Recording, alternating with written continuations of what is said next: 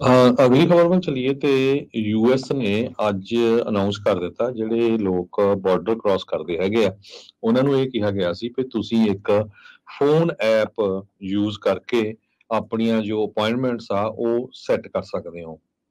ਸੋ ਅੱਜ ਯੂਐਸ ਨੇ ਇਹ ਅਨਾਉਂਸ ਕੀਤਾ ਆ ਵੀ ਮੈਕਸੀਕਨ ਆਫੀਸ਼ੀਅਲਸ ਜੋ ਹੈਗੇ ਆ ਉਹ ਲੋਕਾਂ ਤੋਂ ਪੈਸੇ ਬਹੁਤ ਲੈ ਰਹੇ ਹੈਗੇ, ਐਕਸਟੋਰਟ ਕਰ ਰਹੇ ਹੈਗੇ ਆ, ਮਾਈਗ੍ਰੈਂਟਸ ਨੂੰ ਥ੍ਰੈਟ ਕਰ ਰਹੇ ਆ, ਕਈਆਂ ਦੀਆਂ ਅਪਾਇੰਟਮੈਂਟਸ ਮਿਸਿੰਗ ਹੈਗੀਆਂ ਆ। ਸੋ ਉਹਨੂੰ ਦੇਖਦੇ ਹੋਏ ਅੱਜ ਬਾਈਡਨ ਐਡਮਿਨਿਸਟ੍ਰੇਸ਼ਨ ਨੇ ਇਹ ਸਟੈਪ ਲਿਆ ਵੀ ਅਸੀਂ ਮੋਬਾਈਲ ਫੋਨ ਐਪ ਅਪਾਇੰਟਮੈਂਟ ਜੋ ਐਡਮਿਟ ਕਰਦੀ ਸੀ ਅਸਾਈਲਮ ਸੀਕਰਸ ਦੇ ਲਈ ਜੀ। ਉਸ ਨੂੰ ਬੰਦ ਕਰਨ ਜਾ ਰਹੇ ਹੈਗੇ ਆ। ਕਹਿੰਦੇ ਮੈਕਸੀਕੋ ਸਿਟੀ ਦੇ ਵਿੱਚ ਬਹੁਤ ਜ਼ਿਆਦਾ ਲੋਕਾਂ ਦੇ ਕੋਲ ਐਕਸਟੋਰਸ਼ਨ ਹੋ ਰਹੀ ਸੀਗੀ। ਯੂਐਸ ਕਸਟਮ ਤੇ ਬਾਰਡਰ ਪ੍ਰੋਟੈਕਸ਼ਨ ਨੇ ਕਿਹਾ ਜੇ ਐਕਸਪਲੇਸ਼ਨ ਤਾਂ ਨਹੀਂ ਦਿੱਤੀ ਇਹਦੇ ਮਾਮਲੇ ਦੇ ਵਿੱਚ ਕਿਉਂ ਵੀ ਸਟਾਪ ਕੀਤੀ ਗਈ ਹੈਗੀ ਆ। ਜੋ ਲਰੇਡੋ ਟੈਕਸਸ ਵਾਲਾ ਬਾਰਡਰ ਹੈਗਾ ਕ੍ਰਾਸਿੰਗ ਹੈਗੀ ਆ ਉੱਥੇ ਸੀਬੀਪੀ 1 ਐਪ ਯੂਜ਼ ਕਰਦੇ ਸੀ, ਵੈਸੇ ਤਾਂ ਸਾਰੀ ਜਗ੍ਹਾ ਸੀ, ਉੱਥੇ ਵੀ ਬੰਦ ਕਰ ਦਿੱਤੀ ਗਈ ਹੈਗੀ ਆ।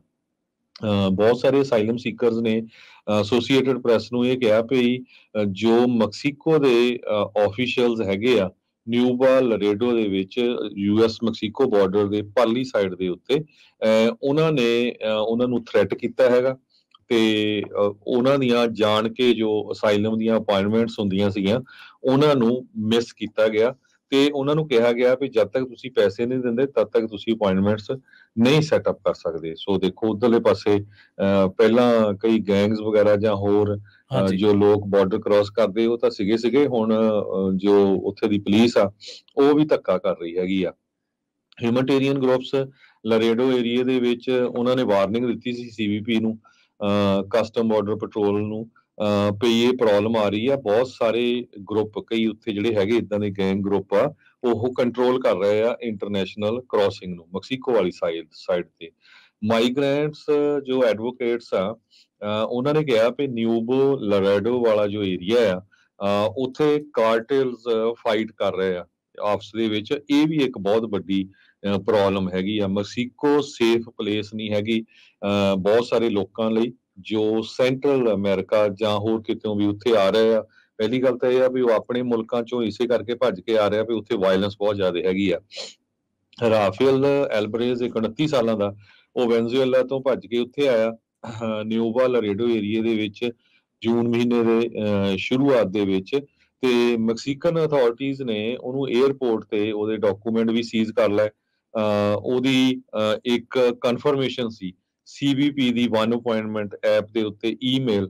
ਜੀ। ਉਹਨੂੰ ਇਹ ਕਿਹਾ ਵੀ ਅਸੀਂ ਤੈਨੂੰ ਇਹ ਡਾਕੂਮੈਂਟ ਤਾਂ ਦੇਣਾ ਹੈ ਜੇ ਸਾਨੂੰ 1000 ਪੈਸੋ ਸਾਨੂੰ ਦਊਗਾ, ਉਹ ਇਕੁਅਲ ਟੂ $57 ਬਣਦੇ ਹੈਗੇ ਆ।